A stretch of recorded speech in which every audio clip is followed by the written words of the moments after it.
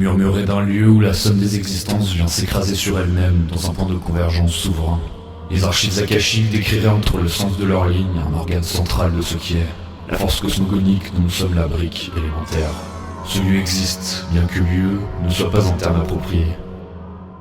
La source. Un monolithe souterrain enfoui sous nos pieds depuis des temps immémoriaux, pilier et réacteur grâce auquel la vie, l'organisme Galaxy Tachyon tient debout et persiste jusqu'à son dernier battement. Le cœur d'un titan profondément endormi dont nous sommes les yeux astraux, vision paradoxale entre le rêve et l'éveil. Son solipsisme façonne ce que nous avons décidé d'appeler d'un accord commun réalité.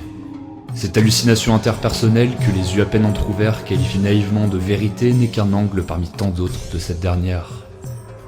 Seule est absolue la vérité instinctive de la source, seule est descriptible son impermanence insaisissable. Pure, absolue, et présente dans chaque minuscule coup d'aiguille de la fabrique de l'existence, prête à jaillir par quelques points d'unité et de convergence suffisamment uniformes pour matérialiser une porte sur elle-même, un ruban de Moebius dont l'incohérence motrice assure l'alternance binaire annihilant le statu quo.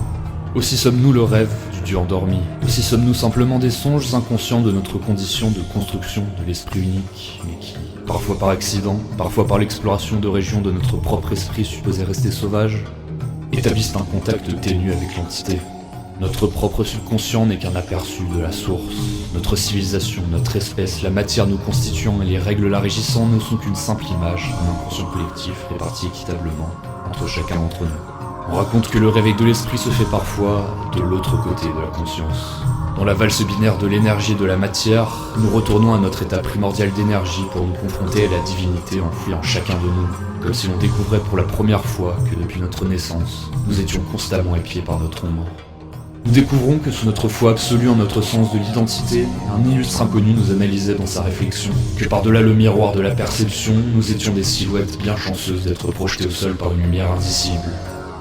Se confronter à sa véritable identité et à une telle éradication de l'ego peut égale mesure signifier la mort dans la folie ou la résurrection dans l'éveil. Quand le réveil anthropique poussera la chose qui sommeille à sortir de sa léthargie, le rêve se dispersera et toute illusion de permanence avec lui.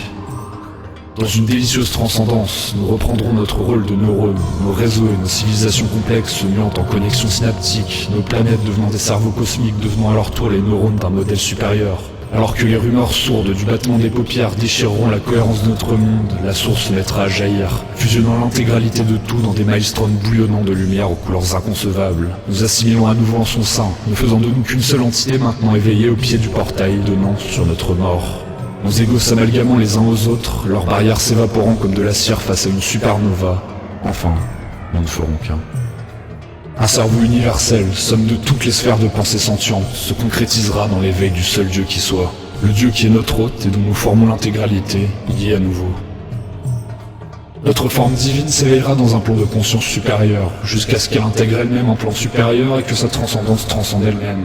Dans l'impermanence de la transcendance, dans les cycles de sommeil et d'éveil, de mort et de résurrection, de création et de destruction, nous sommes éternels. L'impermanence est réconfortante. Rien n'est éternel, mais tout aura une chance d'être à nouveau. Pratiquez votre détachement.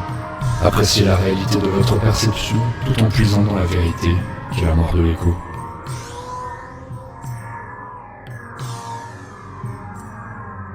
Nous rejoindrons la source, jusqu'à ce que cette dernière découvre un portail à franchir et nous donne à nouveau forme en tant qu'observateur avide de notre propre somme.